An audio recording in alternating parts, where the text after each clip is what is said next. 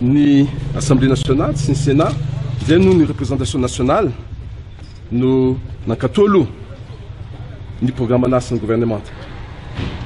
Tsy afaka hijery ny pitsipitsina amin'ny fanomanana fidianana atsika raha tsy nankatoavina aloha ny programme anasa.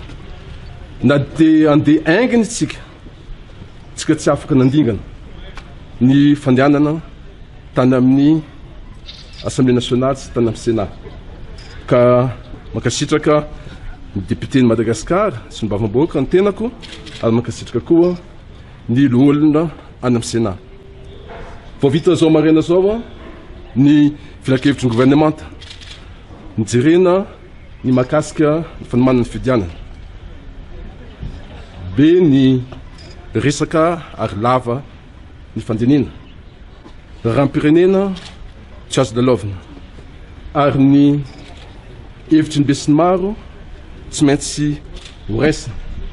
Ka tiako mampafantotra ny vahoaka malagasy fa irosa ny fifidianana atsika. Efa lazaiko ombienimbeny fa tsy maintsy mirosa ny fifidianana atsika eto Madagasikara ary zay ihany no lalana ahafahantsika mamany olana, mamany crise politique amin'izao fotoana zao. Ka ny fanapahan-kevitry ny gouvernement dia ho ataotsika amin'ny fahafito ny volana novembre ny premier tour ny fifidianana ary ataotsika amin'ny fahasivy ambin'ny folo ny volana décembre ny deuxième tour ny fifidianana. Ka mintsy manantena fa mipetraka zao ny date mpifidianana irosatsika amin'ny asa rehetrarehetra andaminana ny fanomanana ny fifidianana.